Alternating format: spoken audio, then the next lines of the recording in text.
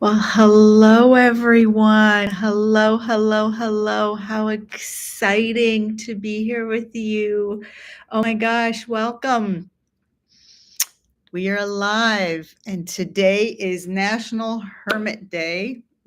We'll talk about that in a second. And you guys, today's also the drop and the launch of my new audiobook version of my latest book, Emotional Resonance Factor. The book came out a couple months ago, and the audiobook drops today and is available everywhere you would get anything to listen to in your audiobook, Spotify, wherever. Anyway, so I'm Katya Gostaspi, and we decided to do this live event in honor of the book launch on National Hermit Day. And here's the thing, if you're on live, make sure we know, because I promised that I would give away a free mini breakthrough session. And if any of you have gone to look at what the breakthrough session is all about, and hey, read what people are saying about it after having it, you'll know it's worth it. And you should want to make sure we know you're here so you can be entered into the raffle for one of you to get a free mini breakthrough session. Okay, so what the heck is going on today on National Hermit Day? Did you guys know there's such a thing as National Hermit Day? I know. And you're welcome to chat with me live if you want. Hop on there and let me know what's going on with you. Did you guys know there's a National Hermit Day? And what does it mean? I'm just going to call it International Hermit Day, no matter where people join us on this live. Um, it's about really recognizing the hermit in all of us. I'm not sure hermit has a great connotation, because people are always trying to be more extroverted, more out there, and show up bigger and better and splashier. But here's the deal. I loved launching the audiobook today of all days, because today's a day where an International Hermit Day really means that we're encouraging a day of intentional solitude for mental and emotional renewal, whatever that means to you. And it ties so beautifully into the premise of my third book. Oops, I'm already a book ahead, although I've got that one up here too. The day really is a chance to step back from everyday life that's always going, and de-stress. And it can be celebrated any way you want, really, because we can't stop life. However, maybe it's about this lunch hour, if you're on Pacific time here in California, to just hop on and just renew for a second for yourself, reflect, enjoy some kind of quiet activity for yourself for a couple minutes. It's really an opportunity to disconnect from all those social obligations we've got going on. I know I got them. I'm sure you do too.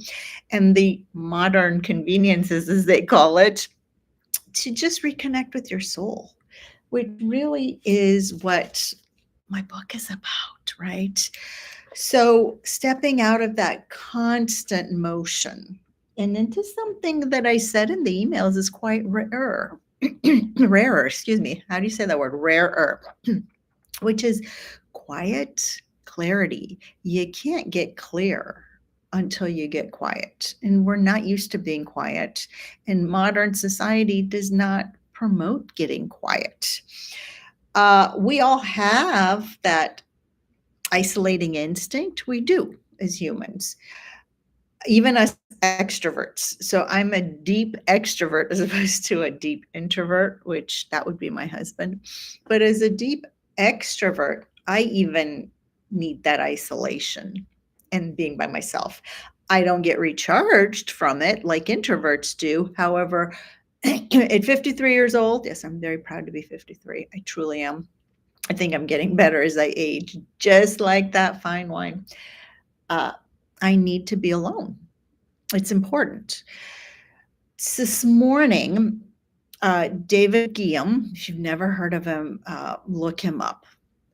David Guillaume is a Middle Eastern man, and I'm a Middle Eastern woman. And, he comes from a very different background, different religion. We both speak about the same universal truth. We could be siblings. He's just a little younger than me by like probably 10, 15 years. I don't know. Anyway, David was saying this morning in a group that he was speaking of someone that had been in captivity for 2 years and really deprived of every aspect of his senses. And this person was released recently, and he had managed to spend that time doing the only thing he could, being in captivity, and sometimes not being even able to sit down, having to stand the whole time. And that was to overcome loneliness and overcome the fear of the unknown. And David and I both agree that the fear of the unknown is really about constant fear of what bodily death, right? Like, I don't know what's coming next. And as women, I'll say this, as women, we tend to be more about that because it's like scary in our physical body. We don't often feel safe in our physical body. So that conversation with David this morning was fascinating. And so National Hermit Day, I think, aligns with that. My book aligns with that. You can listen to that audiobook as you're walking on a treadmill, in the shower, cooking dinner, driving. You can even be listening to this live while you're driving, or whenever you're listening to it. It's really about, what do we fear the most, and why are we not willing to give that isolation time as a hermit, little hermit, whatever you want to call it, to overcome that for ourselves? And this man was so profound. He'd lasted 2 years in captivity that way. And what did that mean for him? I mean, you can call it whatever you want, but the gist of the story that was so brilliant and really a fundamental part of my book and my teachings, and David's as well, is the only universal truth there is, because David's a Middle Eastern man, I'm a Middle Eastern woman.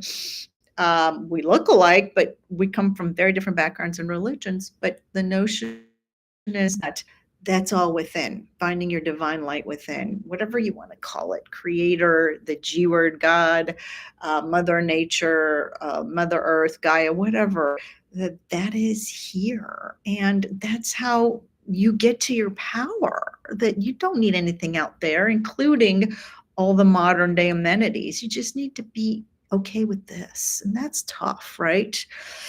So, how do I know all this? Well, I'm an immigrant, obviously. If I said I'm from the Middle East and I'm sitting here in California, grateful for every minute of being in this beautiful country. Moved here in 79.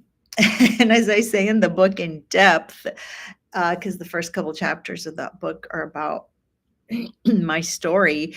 And let me tell you, I had that book written. This book was written in my head 3 years ago, 4 years ago. I was super, super scared to put it out there, though, because it meant having to write my memoir at the beginning in the first 3 chapters. And that was very, very scary for me. And welcome to whoever's joining us. Drop a note in there and tell me why you're here, by the way. So anyway, back to me.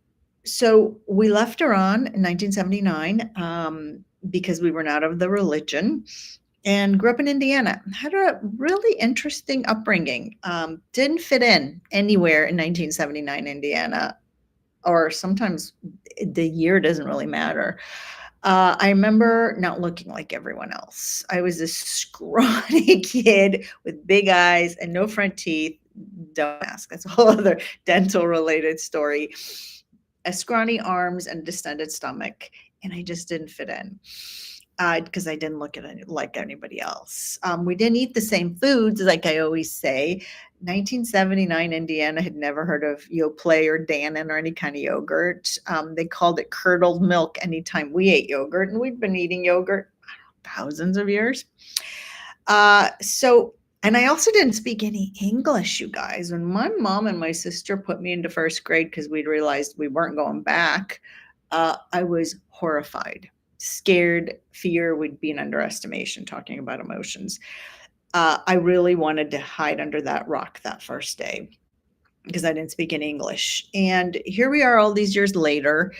And the truth was, though, my life started out with a lot of fear of the unknown and loneliness because I didn't fit in, right? Fast forward now to 2022, and COVID is kind of trailing off, and I get diagnosed with breast cancer out of nowhere, you guys. I do not have a family history. I don't know what the second thing would be. I'm holding up two fingers, but it was weird. It was truly, truly weird. I was, again, back in fear. And I spent about a good 3 to 4 weeks just being a martyr and a victim and feeling sorry for myself. I was angry, so angry. Like, how did I end up with breast cancer? And then I remember one night I went to bed and I woke up the next morning, swung my feet around to the side of the bed, and I was like, I got this. I know how to take care of myself.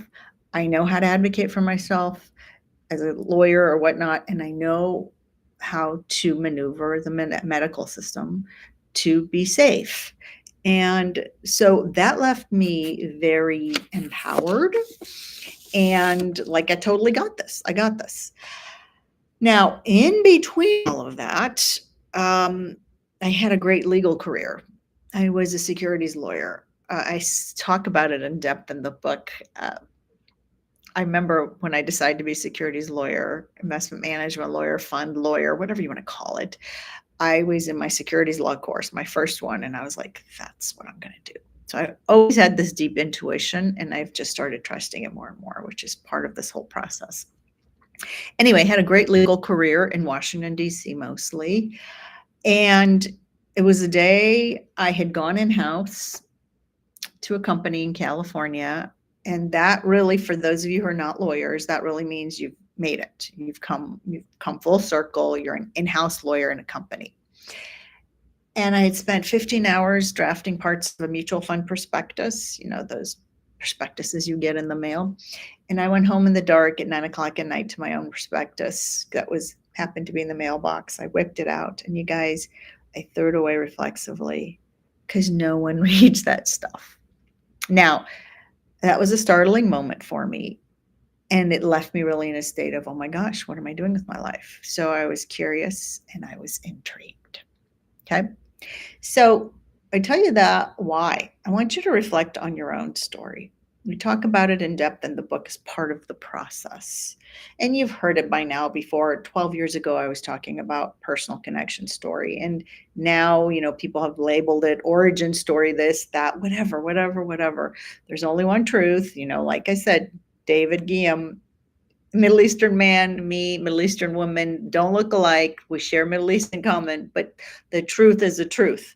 Your story is your story. It's important, if it's said over and over again, because it's cliche, as Marianne Williamson said, cliches are true. That's why they're said over and over again. So your story matters. Reflect on your story right now. Where in your life do you really feel unseen? That loneliness of not being seen. I'm not fitting in like I did. Honestly, it brings me to tears. Even today, they're neutral, healthy tears, but they didn't used to be. However, it's for everyone else that I see that feels that same thing, but doesn't know what to do with it yet. Like you want to hide and be an official hermit, right? But can't, or worse, because you shouldn't, right? You have to show up in so many places and be seen and heard and la, la, la, la. It's lonely. And you're worried about that unknown that gentleman in captivity was talking about. He didn't know it was going to happen from 1 minute to the next. It's a very scary feeling. So where is that reflected in your story? No one really fits in or feels good enough. I tell this story. I was about 7 years ago. I was speaking on a national stage, about 500 people in the audience, professionals. And afterwards, a gentleman came up to me, and he was CEO of a company, and he was from Nebraska. And he said, I totally identified with your story, Ketty. I'd like to hire you to work with me as my coach. And I looked at him and I said, okay, but you just told me you were from Nebraska. 40-year-old white man, wonderful, a very kind, gentle soul. And he said, I am. I said, how do you identify with my story? And here's what he said. Listen very carefully, please. He said, I've never fit in my own skin in my own town because I don't feel comfortable in my who I am in my body. Okay? So, why does it matter to look at this stuff for yourself? Because no one really feels like they fit in and they're good enough, which is really why that became the subtitle for the book, The Secrets to Owning You're Good Enough, right? So, why are you here? Why are you here on National Hermit Day? Launch day for the book, the audiobook. So excited. Or whenever you're watching this replay, why are you here? What caught your eye? This work is important, and here's why. As I say in my book, you have talents that can make you real money easily and let you just be yourself without so much effort. You know, being a lawyer was effort. It took a lot of energy. It wasn't easy. So I'm here to tell you it doesn't have to be that way for you. It can be a lot easier. When I stopped practicing law, I didn't think I had a natural talent. We talk about this in depth in the book, the concept of natural talent. It's that thing you do so easily, so effortlessly every day. For me, I was like, I don't have a natural talent. I'm just a lawyer. And it was really holding me back. This is a natural talent. I could sit in front of an audience, thousands of people on a live stage or like this, and on a live stage feels like I'm sitting on my couch with my feet up eating a bag of chips. I kid you not. That's natural talent. It's effortless. You don't need to applaud me or say, I wish I was like Katty. That's not the point of this. The point of this, though, is that we each have that. And so that's why this work is so important. That's why you being here is so important. And when I kicked into my natural talent, which was not practicing law, here I am all these years later, and I'm a real contribution. And you can do the same thing, whatever that means for you. And maybe it is practicing law or being a CEO or being that woman in business. Okay. Why else is this stuff so important? Maybe you want to resolve some conflict you have between life and money. Okay. Where's those conflicts you have between life and money? To decide really what freedom means to you, and really then define the source of your integrity and the congruence between who you're meant to be, who you really are, and what you're putting out there. Okay. That's why this stuff is so important. That conflict between money and life needs to be resolved so you can call it in easily and just enjoy it. You're allowed, you know. Why this work is so important is because you have a voice and you deserve to be seen and heard. However that means for you. You don't have to do what I do, show up on big stages. I always felt like my voice was being stifled. I was stifling my own voice. This fifth chakra, for those of you who understand the chakra system, was not speaking up, right? It was muffled. So this work changed my life, and that's what it can do for you. That's why you're here if you're listening. Why else? You really deserve to have those relationships and jobs and careers that fill you up. Yay. Make you want to get up in the morning, have fun, feel free, right? Isn't that everyone's birthright? To feel free and have fun. I have so many clients, you guys. Over 16 years of doing this work, I've had so many clients that have come in with the golden handcuffs, just shackled to the millions and billions they're making. Truly not happy and not free. And at first it was startling, and then it became something I got used to. And then I decided it doesn't have to be my life. So why else is this work so important that you're showing up for today and in the book and on National Hermit Day?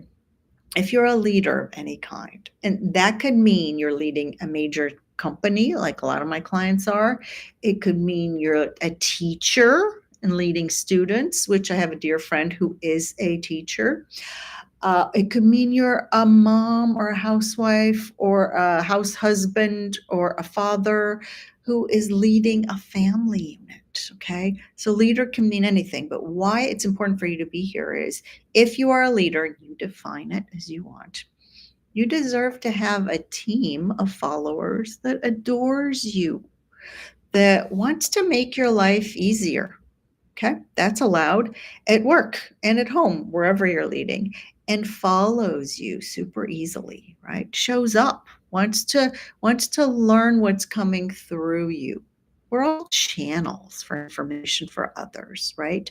That's really what we're all doing. And hey there. Welcome, Lynette. Thanks for posting something in the chat. Appreciate you saying that. But that's what really leadership's about, and that's why you're here. Why else is this important that you're here today, that we're talking about this? You only have so much energy. Okay. So, how you choose to allocate your energy is critical.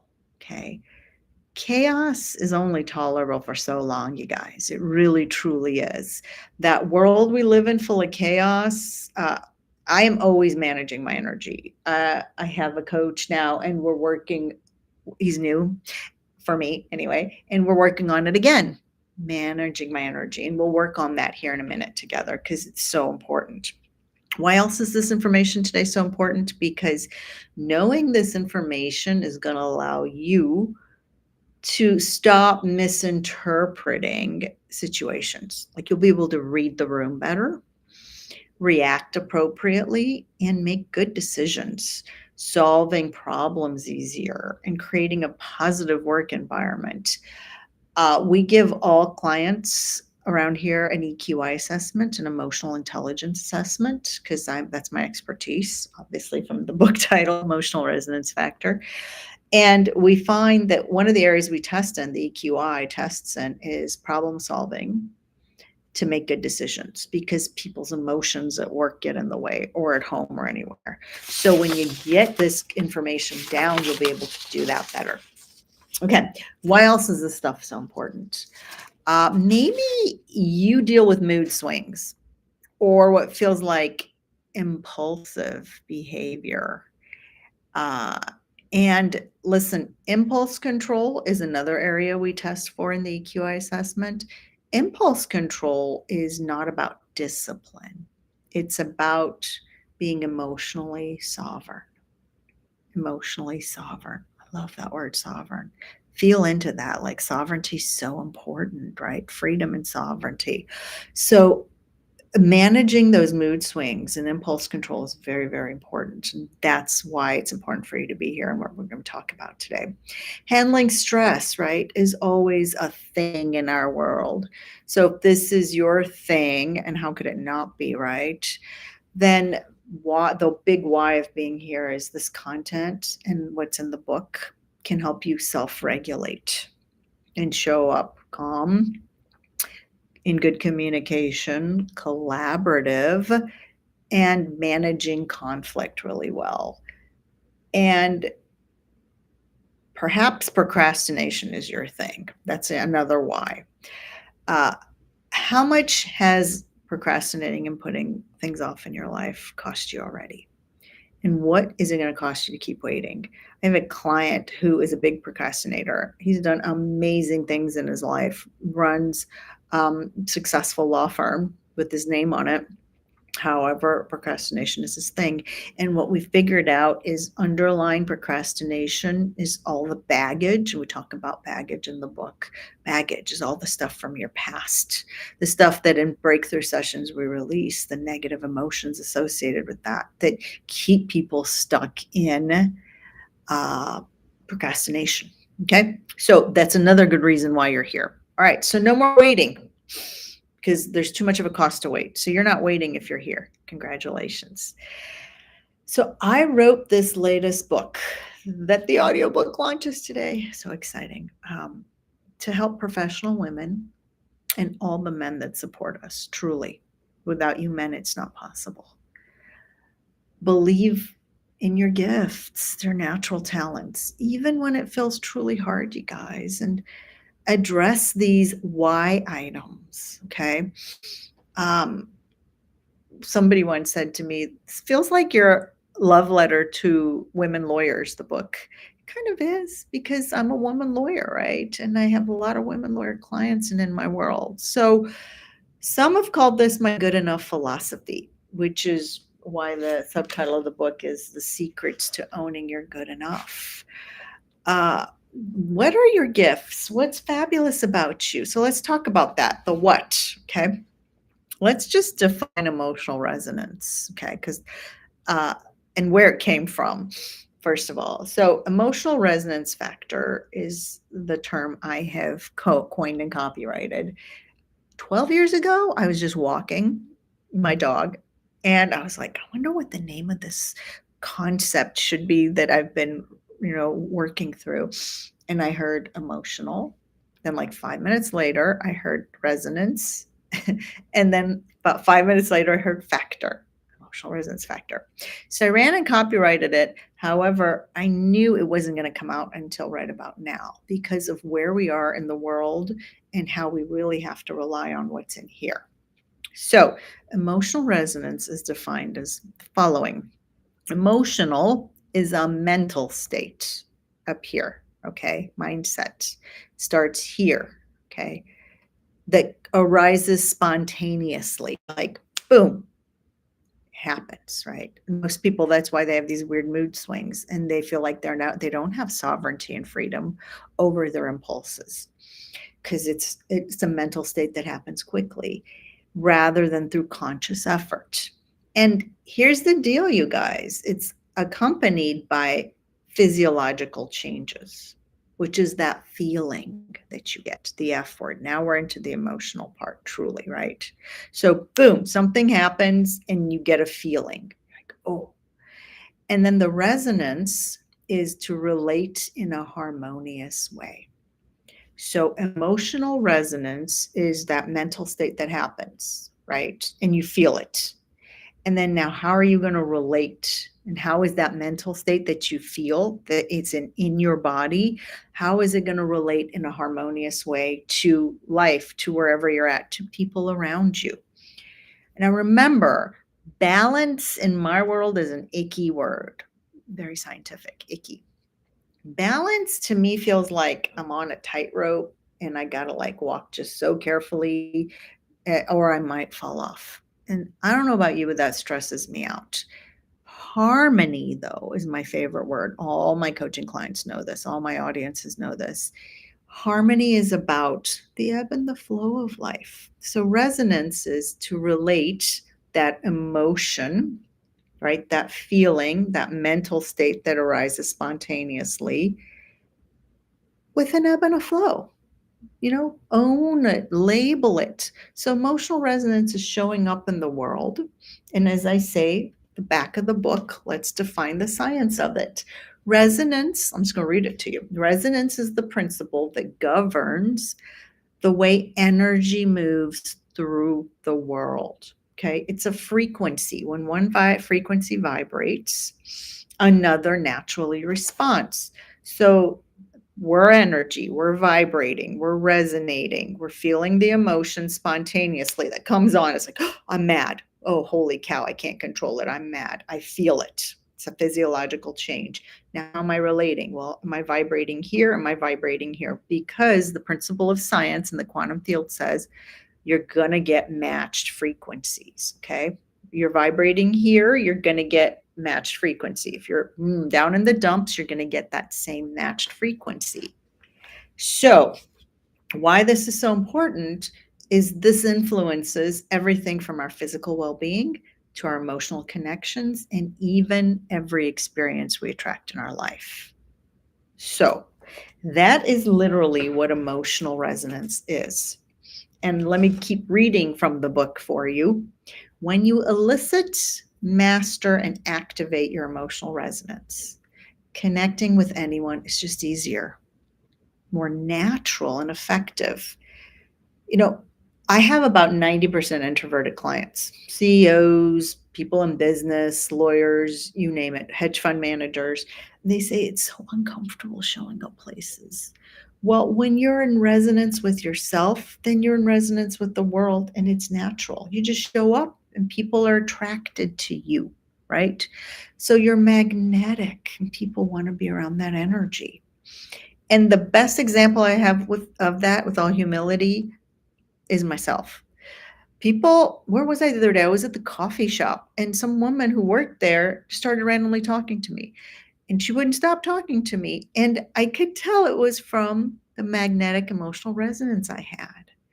And a couple of weeks ago, I was in Philadelphia, and one of my colleagues, Amy, was with me. And we were walking through the streets of Philadelphia. And mind you, I've been to Philadelphia before, but in the past, people have said Philadelphia people aren't very friendly. And I turned to Amy and I said, I think everyone in Philadelphia is so friendly. And that was because two people, as we were walking through the streets, had randomly um, talked to us, just stopped me and Amy. Both of them probably, I don't know if Amy's on, but Amy, maybe you can concur. We spoke to these two random people for like 5-10 minutes each. They kind of wouldn't let us go. Oh, hello, welcome. Thanks for joining, Moran. Good to see you. And Amy was like, you're the one who's attracting all this. Hi, Shole. And I was like, oh, she's right. It was my emotional resonance, the magnetism.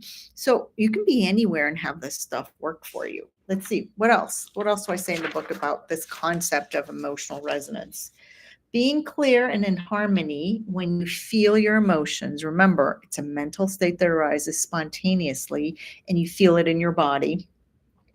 Helps you successfully answer the call of who am I? Now that's an area most people are like, I would rather just do the substantive work, right? Show up, left brain linear. I'm a good lawyer. I'm a good doctor. I'm a good engineer. I'm a good accountant. I'm a good CEO. That's the safe place. That's your left linear analytical place. That's not how you attract your audience at all. That's all the stuff you output once you've attracted your audience. Okay. You have to first do this work. And if you're not up for it, that's okay. Everybody in their own time. But here's what me and every single client of mine have in common: growth. We must grow because not growing is intolerable. And to be brave, whatever that means for you. So once you do, you're consistently Amy, you saw Kathy's emotional resonance in action in Philadelphia. That's right. She was there. Thanks, Amy. So once you do, you're consistently putting this answer out to your audience. Here's the deal. We talk about this in the book, verbally and non-verbally. Okay. It just shows up and people are attracted to it. So emotional resonance comes from others trusting you. I say in the book, trust only comes once others feel safe with you. People only feel safe with you when you show up consistently for them. They know what to expect. They don't have to walk on eggshells around you. You're a known commodity. So, what does that mean for you? Really consistently showing up and owning who you are. Your journey, as I say in the book, reading some more, is about feeling each emotion, acknowledging it, even the negative ones. Now, in breakthrough sessions, we release the negative emotions. You can't release a negative emotion until you feel it. And then you choose to leave your fears behind, because fear is truly a part of our liberation and transformation process response. What's going on in the world today leaves a lot of people in a lot of perpetual fear. I get it. I really, really get that. And it's not useful because you're not a contribution and you're going through life stuck, right? So afraid of everything out there, afraid to travel. No one's immune. Here's the deal, though. We've come to figure out that fear comes from our baggage in life, resulting from the past experiences and the traumas. So the fear isn't even in the present moment, it's all the past stuff. So when I talk about impulse control and having emotional sovereignty over yourself, that's what I'm saying. People show up for my work when they're like, I am so effing done with not being in control of my life and having stuff spew from me or having things happen to me that aren't me. So here's how we start by leaving these fears behind. Here's what I say in the book. A healthy starting point To leave your fear behind requires you to stop and listen to why the fear exists and what positive learnings come from this fear. The real fears we have start and end with the idea of having to change who we are, not just changing our ways, okay? Changing who we are at our core or acknowledging who we are. Changing our ways is only effective and relevant after we have discovered and changed ourselves. Now, it doesn't have to be scary. I'm not talking about big change. I'm talking about showing up to stuff like this and trying it on, right? Um, and now let's just take that emotional resonance idea and take it one step further. Let's talk about something most leadership books. And this is considered a leadership book because for all the reasons I said, whether you're one of my clients that are CEOs or a billionaire running the world or running yourself and running a family, leadership is about emotional resonance. Leadership equals emotional resonance. It's not a soft skill emotional resonance. It's a strategic advantage, right? To being your own sovereign leader. It's about you figuring out, getting clear on your essence and what you're being called to really embody every day and show up. That's what real leaders are in business. Have you seen those people that they just show up on a stage and you're like, holy cow, like I feel your vibe. I want to eat and follow and be influenced by whatever you're saying. That's about the authentic purpose people have and how they show up. It's about the visibility. How often are you hiding your gifts or waiting for permission to really be fully seen? And really being magnetic is letting yourself be visible and seen. Sometimes I feel like I'm walking around like naked because I share a lot of stuff. When I was going through breast cancer, I was blogging about it and sharing it all the time because I thought, people want to learn this stuff. People deserve to learn this stuff from my vantage point. It's only my experience, but it matters. And that is about the magnetism and the authenticity of being myself. It's about putting your heart over what your left linear analytical logical brain wants you to know is true. Okay. So that's not soft skills. That's true leadership. And that's emotional resonance. And that is a strategic advantage that we talk about in the book. So here's what I've learned after years of coaching and speaking inside organizations. Leaders, and remember, a leader is a mom at home as well. Leaders who understand how to connect emotionally, not just intellectually, okay? Those people are building better teams, better spousal relationships, better relationship to your children, and stronger relationships flat out, and lasting impact in their lives. I have a client who runs a major organization, and he always says, I want to know what I want to be when I grow up. And this feeling of being authentic is so loud in him that his team loves him. He's just not sure he wants to stay there long term, right? So when I wrote Emotional Resonance Factor, I knew it wasn't going to be a traditional business book, right? I don't do anything traditional if you guys haven't figured that out yet. It's part leadership guide and part emotional intelligence primer, okay? And partly a very deeply personal memoir, which was cold sweat breaks out every time I talk about that part of the book. Because for me, that was being really authentic and vulnerable. So when I recorded the book, though, you guys, the audiobook, which I did in Vermont, I don't know when you're watching, you might be watching this replay months from now, but I recorded the audiobook in September. First of all, if you've never been to Vermont, if you're not in the United States, Vermont is on the very, very northeast side of the country. Amazing land. Everyone should go visit Vermont. There's a plug for Vermont. But the experience of recording that book, and that's why I think the audiobook version is so powerful. The paperback version is powerful because it's a reference book. And yes, the accompanying workbook is coming out too. I've had lots of requests for that. But the audiobook, something happened when I read my own words out loud. I healed, and hearing that was really healing, and I know it's healing for the audience. But it became a conversation, became real connection, and it became real. Okay. So recording my own words really out loud reminded me how much of our leadership happens in the unseen.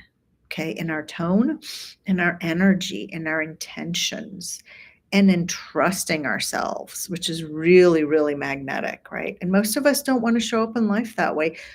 Let me reframe that. We do want to show up in life that way. We don't know either how, or we're so scared because of the junk we've been fed and are constantly fed. That's what this book is really about. So, stick a comment in the chat box. Tell me what's going on with you. This is real time conversation. And now I want to turn to, though, how. How do we do this? So we've talked about why it's so important, and I've gone through what emotional resonance means. Let's now talk about. Yes, can't wait to hear the audio version. Oh, thank you. That's so sweet. How are you going to recognize and release the subtle beliefs that drain your focus and confidence, because that zaps your emotional resonance? How are you going to realign with what truly gives you energy and fulfillment? We talked about energy a little earlier. Let's address this. And how are you going to lead and live from true emotional resonance, from that presence and sovereignty that turns into authority? Not authority you're shoving down people's throats. That's tyranny. Okay. But authority, where you see those public figures, I want to say like Mother Teresa, like Nelson Mandela, like Gandhi, who just had sovereignty, presence, peace, and just led from that place of real congruity. So they were coming from emotional resonance. So as you sit there listening, taking all this in, can you think of a time when you were totally decisive, creative, and in action, and did it with a lot of ease and grace and trust in yourself? Think of that time. I know you can. Let me know when you have that time in your head. So, just like that time, you can do it again now. All right. So, how? I have a client, and she is a C suite executive in a global defense contracting organization. And in the 6 months we've worked, well, in the past 6 months, we've worked together for much longer than 6 months, but in the past 6 months, and this is fresh from yesterday, I like to bring live content to you. I said, what has shifted in the past 6 months alone? And she said, here are my notes. I'm owning my role even better. And she said, I'm rethinking processes. I have been redoing the org chart. And I said, what does that mean? And she's been with me long enough. She said, I'm getting really creative, and I'm in my right creative brain, and I'm emotionally resonating. And she also said, I'm figuring out how to engage my team and stay sane, and putting them in a position, our team, of like 80 people or 90 people, where I just support them and they actually show up and own their work. I mean, isn't that brilliant? So I asked her the following question, though. I said, tell me about a dream you haven't yet expressed in the world. Okay. And this is why it's so important for you to tap into who you are and put it out there, because this is the results you get. So here's what she says to me. She's been my client for a while now. She says, I've always wanted to be in the spirits industry. Like, I just love like spirits, like, hard liquor. I mean, I think that's what spirits means. I'm sure there's a more formal definition.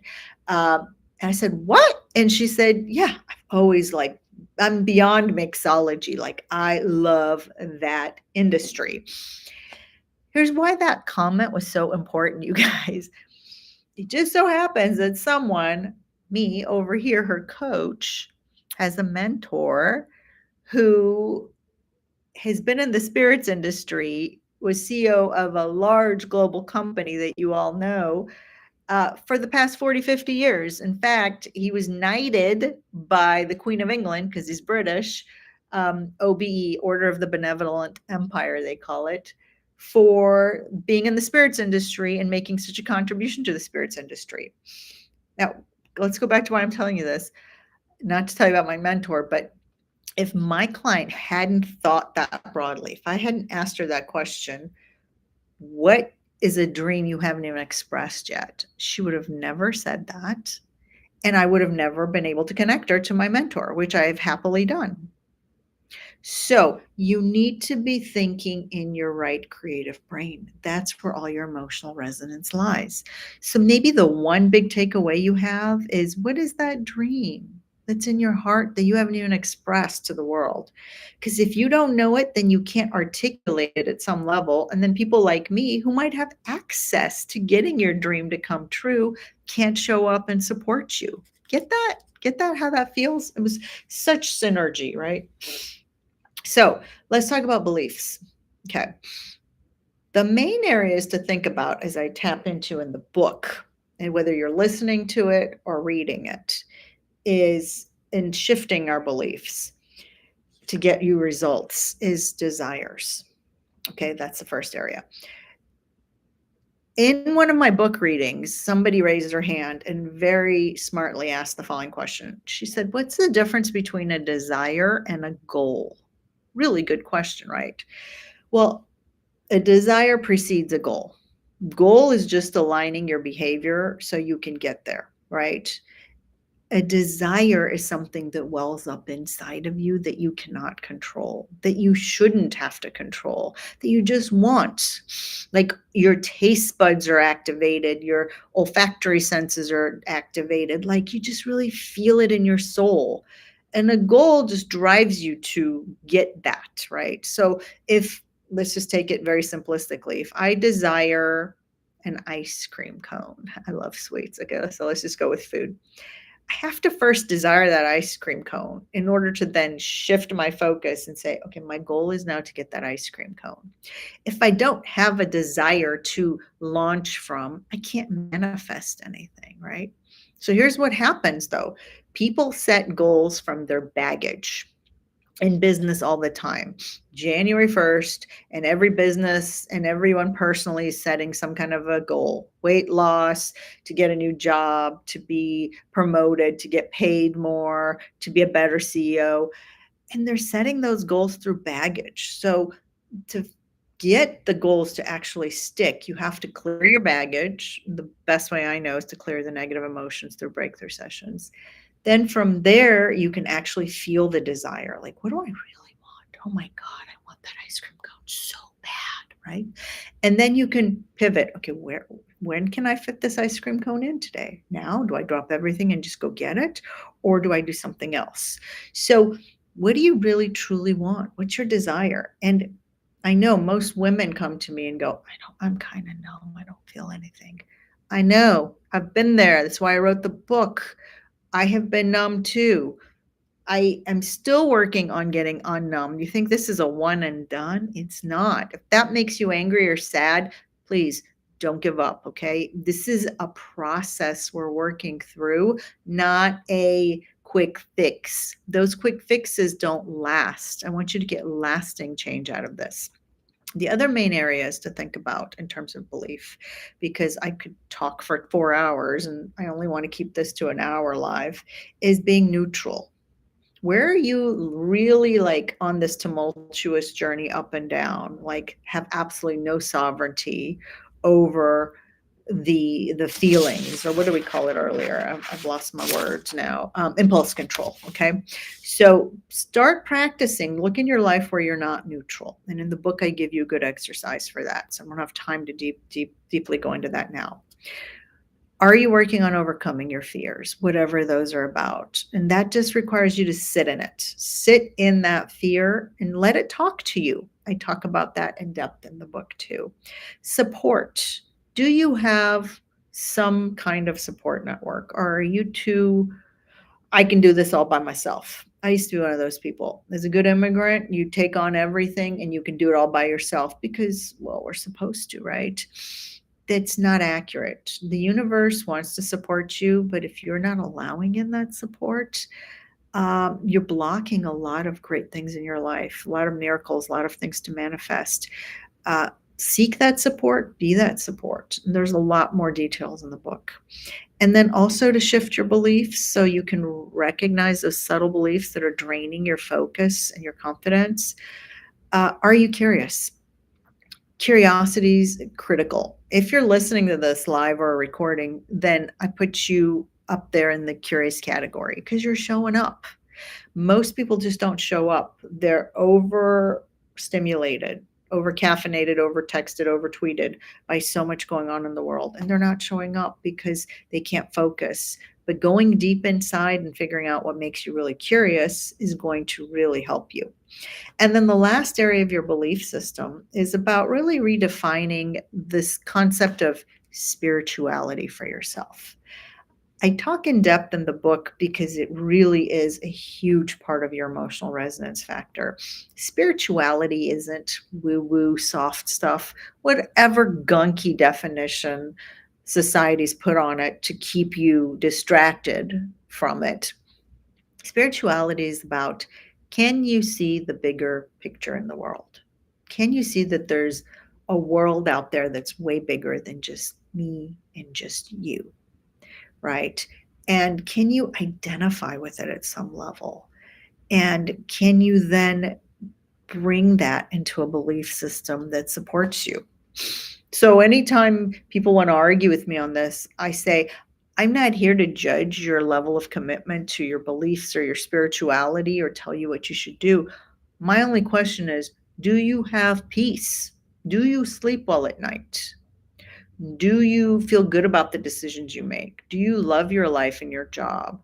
I mean, things ebb and flow, right? But overall, can you say you have some level of comfort with all that? Do you wake up in your own skin feeling sort of comfortable, or is it constantly lonely and constantly the fear of the unknown bodily death, right? Spirituality helps you with that. And that is your own personal process. But look at that. How do you view the world? Very narrowly, like if I vote for this candidate, it will get me tax cuts, blah, blah, blah. I don't know, whatever. Or are you looking at it from a bigger picture of what's good for society? What's good for everyone in all of your actions? Okay, this is not a political conversation at all. So let's talk about energy, the second thing on the how list. Okay. Look at your daily life and your activities. Okay. This is a construct we go through with all clients. My coach is again going through it with me because it's very important to evaluate this constantly. What activities are you doing that are either draining you or giving you energy? Same with people in your life. That's a hard one to look at. There are people in your life that are draining you. And those people, guess what, might be your spouse, significant other, siblings. And that doesn't always feel so good, but you got to be honest. What places drain you of energy or give you energy? Like for me, mountains and lakes give me energy. So I love Alaska. I love Lake Tahoe. I love Switzerland. Other people love the ocean. The ocean is beautiful. I don't poo-poo it living in San Diego. However, it does not give me energy. Why? I don't know. It doesn't matter. All I need you to do is define that. And also, what mindset actually lifts you up and gives you energy versus what aspect of your mindset, the belief structure we were just talking about, drains you. How do you know? Well, go throughout your activities. Does it feel good? Trust your gut on this stuff. Or are you just saying, oh, my spouse, love it, energizes me all day long. I feel like a golden child around my spouse. If that's not really true, you got to be honest. You got to start somewhere. It doesn't mean that you cut your spouse out. It just means you have to start somewhere. Okay. So look at your energy levels and what works. It's a deep inquiry because you want to be connected to your authenticity and energized from that place. That's where the emotional resonance is. That's where the magnetism is. Okay. And then leading from emotional resonance every day, which is really about presence and authority and sovereignty and that feeling of freedom. Right. So, what emotions do you usually experience during stressful times at work? Think about that one. Okay. How do you believe your behavior impacts those around you, your team, your colleagues, your children, your significant other? right? That's a question for you to really answer. And how can you become more aware of your emotions at work, at home?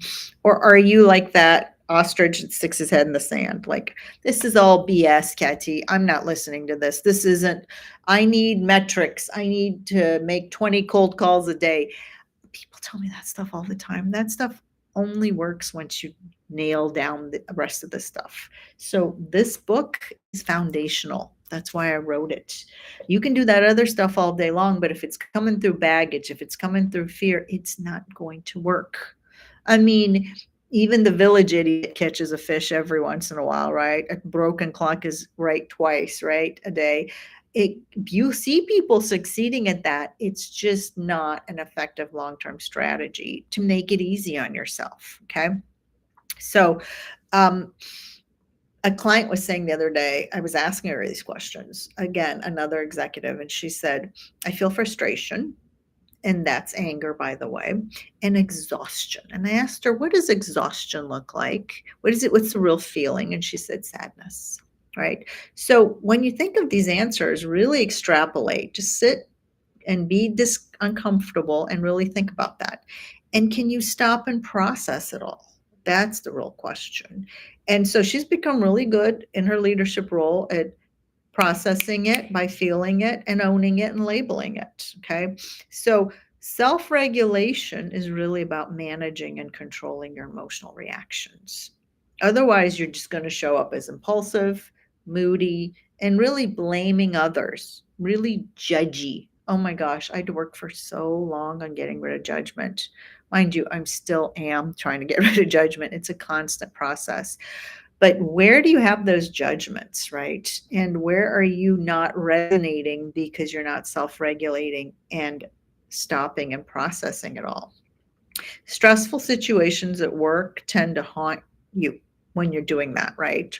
You're constantly replaying scenarios. Oh my gosh, I said this to so and so and I did this. And if you're in leadership, it's way worse, right? Because you're like, oh my gosh, I wonder what my employees think of me. So what else? Let me see. Oh, you may lash out at others because you can't make decisions based on problems that need solving because your emotions have taken over and you're not self-regulating. So you're no longer sovereign, you're no longer free, you're no longer emotionally resonating with yourself, much less outward.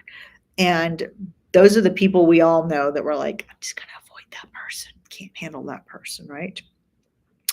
Let's see what else. What situations at work trigger your strongest emotional reactions? Think about that.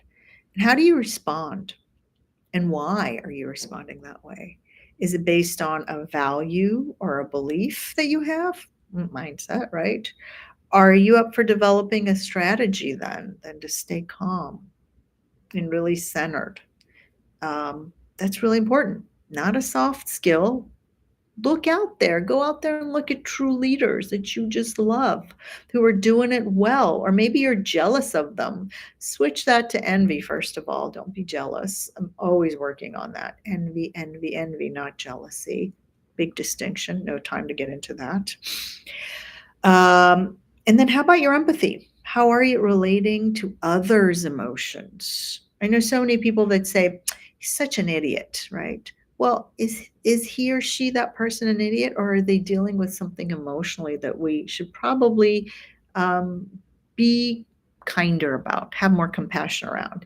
There is a big public figure out there that a lot of people are polarized against these days. And I always walk around really with a deep sense of empathy for this person. I keep saying, this person just needs a hug. Never got a hug from their mama. And now they're running. Well, it doesn't matter what they're running. But do you have empathy? Do you relate to others' emotions? How do you listen to them? How are your relationships at work and at home? And how often do you consider others' emotions? Probably at work, really, but even with your spouse, when you're triggered, your significant other, we don't take into account other people's emotions. So it's about really going into your intuition, okay? Following those, Louise Hay used to call them inner dings, right? When your gut just tells you something. Okay. So I actively do that. I actively channel. I actively like just tap in. I'm an empath. I can tap into emotions. I don't need you to do all of that. I just need you to be able to be inspired by your own inner knowing. We talk about that in the book a lot. As women, especially, we have the ability to be very emotionally smart. And when we don't do it, we're missing out on this bright light of female intuition that could help so many people out there. Okay. So, um, as we're wrapping up, don't go yet. As we're wrapping up, what's one thing in your life that if we addressed right now could really change everything for you in a positive way? Um, how the conversation could change things. Think about that. If you got something, put it in the chat. Let's work through it. Here's some red flags to look out for: feeling stuck, feeling impatient, or wanting to ignore everything.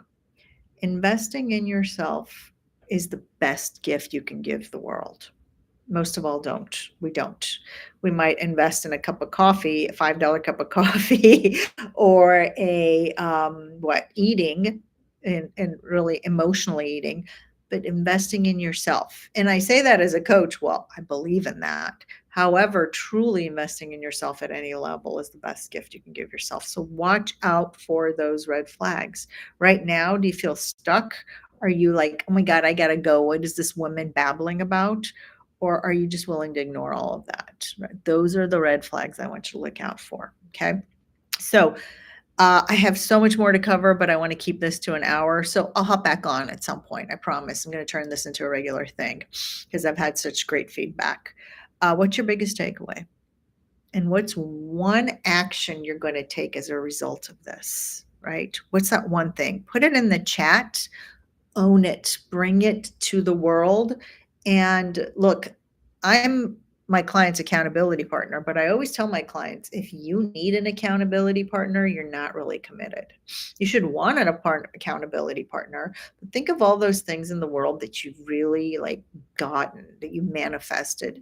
Those came out of a desire and intention that didn't need accountability, like you were focused. So put it in the chat box. What's one action you're going to take as a result of all this? What's one thing you're going to own? Okay. Go read the book, please, please, please, please, please, please. Here, I'm going to put the link in the chat box. Go read it. Read it. Here's what I recommend: read it and listen to the audio too. I think you can afford to invest a couple bucks in yourself that way. Why? A very wise person, if I could remember who that was, I would give him full attribution because it wasn't me, but I love it, said, reading my book and listening to it. Oh, I know who it was. He's partly Iranian. Oh, Hormozy. Alex Hormozy said this. He said, reading a book and listening to it for him, he does both, because when you're listening, sometimes you don't pay attention, but you feel the vibe and the energy. And I narrated it, so it comes from my heart. You feel all the energy. Yet when you read it, you're going to get the action steps. So many exercises in here. And I hope you'll tab it like I did and go back and do the exercises. And then when the companion workbook comes out, do that as well. So go grab a copy, listen. It's available on Spotify, Audible, wherever audiobooks are, Google, so many places you can get it. If you have a subscription, hey, it's already available to you for free with your subscription. And one lucky live viewer wins a free mini breakthrough session. I promise that. So if you were here live, make sure you let us know in the chat, because that's the only way we know you were live, and we'll let you know if you won. All right, that's all I've got today, but that was fun. I hope that was fun for you. Last opportunity to say whatever you want in this world. Yes, also looking forward to the workbook. Thank you, Christy. It will be available soon. It's less a labor of love than the audiobook, but I will make that available. I've had so many replies for that and wants for that. And if any of this resonated with you, fabulous. Take it in.